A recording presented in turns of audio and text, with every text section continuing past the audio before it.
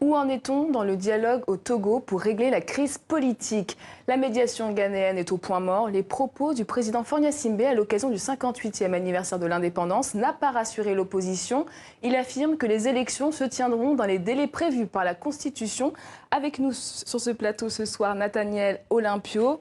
Bonsoir. Bonsoir. Président du Parti des Togolais, parti d'opposition.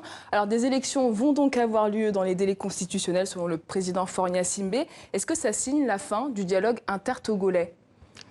Il est évident que le dialogue, dans son format actuel, la manière dont cela se déroule, n'est pas en mesure d'apporter la solution aux problèmes des Togolais et d'apporter ce que les Togolais attendent.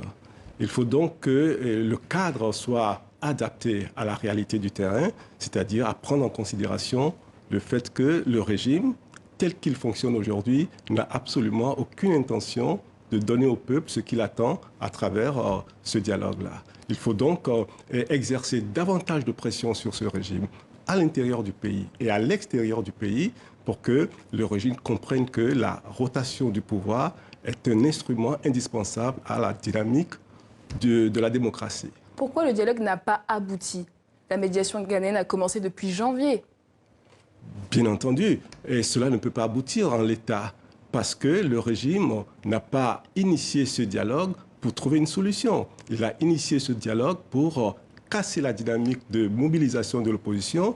Et aujourd'hui, je vous dirais que dans les geôles du régime, on a plus d'une centaine de prisonniers politiques, symbolisés aujourd'hui par le jeune Asiba Johnson et un autre qui s'appelle Joseph Eza du mouvement Nubweke, qui sont dans les prisons sur des motifs complètement fallacieux. Eh bien, c'est cette répression, c'est cette violence d'État gratuite que le peuple togolais subit aujourd'hui.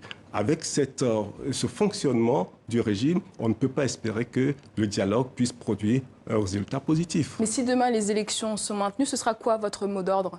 Si leurs élections sont organisées dans les conditions actuelles que tout le monde rejette, eh bien, on comprendra aisément que ce régime veut conduire le Togo dans une situation catastrophique et ils en seront les seuls responsables. Je crois que... Vous ferez quoi concrètement? Je crois que le peuple togolais n'acceptera pas que ce régime impose une élection qui sera jouée d'avance, que ce soit le référendum ou des élections. Nous en avons l'expérience et cette fois-ci, avec la détermination du peuple, je pense que nous y opposerons comme il se doit. Vous savez, je crois que le Togo va connaître des moments extrêmement difficiles parce que le régime n'a pas l'intention de laisser les choses se faire dans la paix. Alors les manifestations continuent par vagues, ça va faire bientôt un an. Est-ce que le mouvement de contestation n'est pas en train de s'essouffler aussi? Il est clair que la période de suspension n'a pas été quelque chose qui a porté un résultat qui était escompté. Il faut revoir les choses sur le terrain. Il faut réadapter l'action sur le terrain. Il faut, en tout état de cause, remobiliser les populations. Comment pour que la retrouver pression... un nouveau souffle, justement? Oui, c'est là qu'il faut être ingénieux, il faut être imaginatif, en tout cas. Vous avez une idée? Le peuple togolais est déterminé. Il faut que nous repartions sur le terrain. Il n'y a pas d'autre alternative. Nous ne pouvons pas prendre aujourd'hui les armes. En revanche, nous pouvons compter sur la détermination de ce peuple-là. Nous pouvons compter sur sa volonté de mettre un terme à ce régime.